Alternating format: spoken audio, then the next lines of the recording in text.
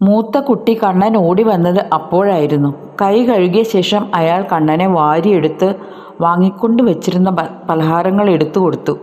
അല്പസമയത്തിന് ശേഷം കണ്ണനെയും കൂട്ടി പാറു പതിയെ പുറത്തു കിടന്നു.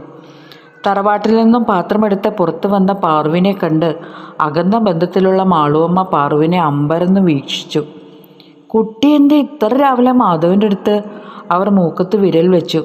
ഇന്നലെ എവിടെയാണ് കിടന്നത്? ഏയ്, മാമയ്ക്ക് ചായ കൊണ്ടു കൊടുക്കാൻ പോയതാ.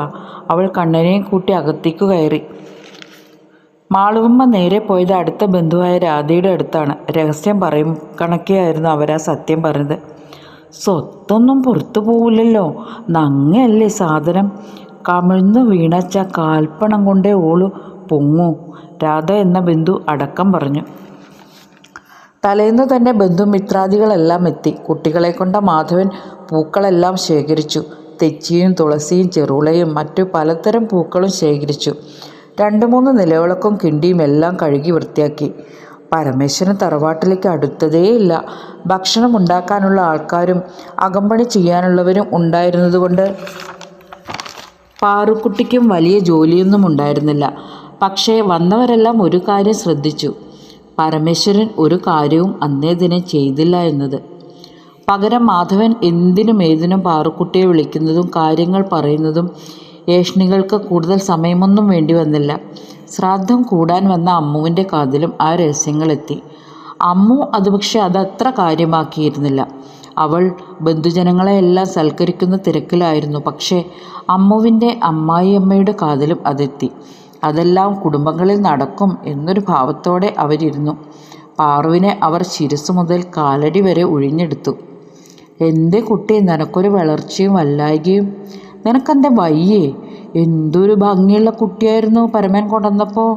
ഇപ്പോൾ അതാ എല്ലുന്തി കോലം കെട്ട്. നങ്ങ കഴിക്കാനൊന്നും തരില്ലേ നിനക്ക്? അവർ മൂക്കത്ത് വിരൽ വെച്ചു. ഭക്ഷണം കഴിക്കാനിരുന്നപ്പോഴായിരുന്നു എല്ലാവരും അത് ശ്രദ്ധിച്ചത്. ചോറുരുള വായിൽ വെച്ചതും അവൾക്ക് മനം പുരട്ടി. ഓക്കാനം വന്നു. ഇരുന്നിടത്തു നിന്നും എണീറ്റ് അപ്പുറത്തേക്ക് പാറു ഓടി. മഞ്ഞവെള്ളം തികട്ടി വന്ന് തല കറങ്ങുന്നുണ്ടായിരുന്നു. അവൾ ചാവടിയിലേക്ക് ഇരുന്നു.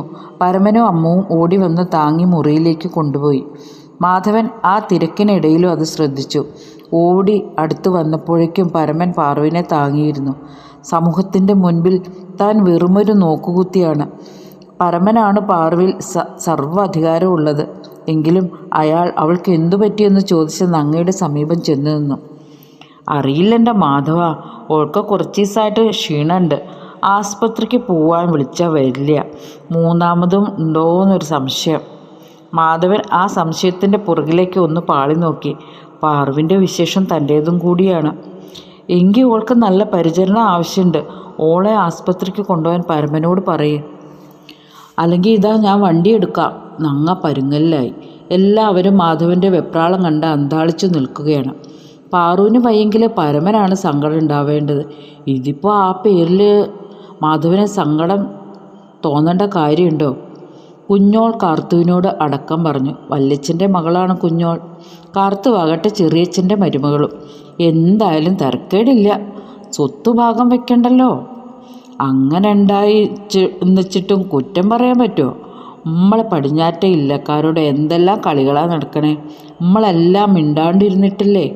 എങ്ങുന്നോ വന്ന ഒരു സംബന്ധക്കാരൻ ആ കുടുംബം മുഴുവനും അടക്കി ഭരിക്കുകയെ അവിടെയുള്ള സർവ്വ പെണ്ണുങ്ങളുടെ അവകാശവും പിടിച്ചു വാങ്ങി. ഇങ്ങനെയുണ്ടോ ഒരു വഷളൻ? മുറുമുറുക്കലും സ്വകാര്യം പറച്ചിലും അമ്മുവിൻ്റെ കാതിലും എത്തി. അമ്മു പാറുവിനോട് പറഞ്ഞതിങ്ങനെ: ഏട്ടത്തെ അതങ്ങോട്ട് കാതു കൊടുക്കണ്ട. 2 കൈയും കൂട്ടി കൊട്ടുമ്പോഴേ ശബ്ദം ഉണ്ടാവും. ആ പറഞ്ഞത് നല്ലൊരു കാര്യമായിട്ടാണ് പാറുവിന് തോന്നിയത്.